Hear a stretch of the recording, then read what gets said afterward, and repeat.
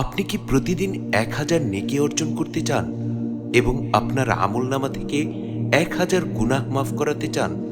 তাহলে আপনি প্রতিনিয়ত যখনই সময় পাবেন 100 বার সুবহানাল্লাহ, সুবহানাল্লাহ, সুবহানাল্লাহ পাঠ করবেন।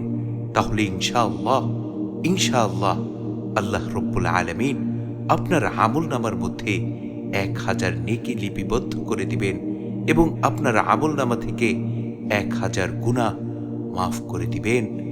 সুবহানাল্লাহ, সুবহানাল্লাহি ওয়া বিহামদিহি, সুবহানাল্লাহিল আযীম।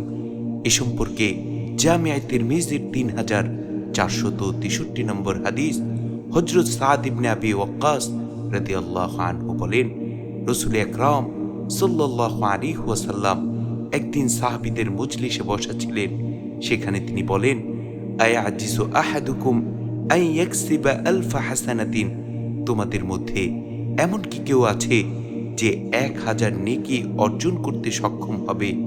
আল্লাহ রসুলের মুখে এমন প্রশ্ন শুনে সাহাবীদের মধ্য থেকে একজন সাহাবী বলে উঠলেন, কাইফা ইয়াকসিবু আহাদুনা আলফা হাসানাতিন, ইয়া রাসূলুল্লাহ, কিভাবে আমাদের মধ্য থেকে কেউ 1000 নেকি অর্জন করতে পারবে?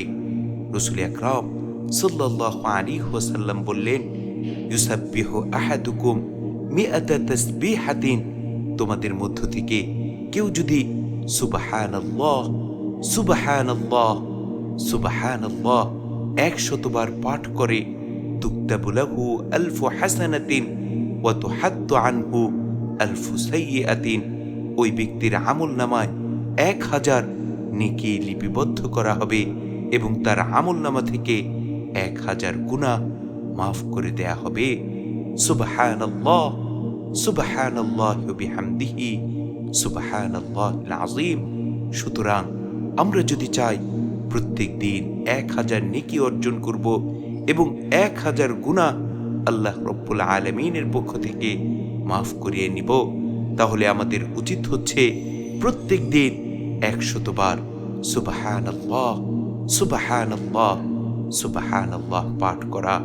তাহলে ইনশাআল্লাহ ইনশাআল্লাহ আল্লাহ রব্বুল আলামিন আমাদের আমলনামায় 1000 নেকি দান করবেন এবং আমাদের 1000 গুনাহ মাফ করে দিবেন।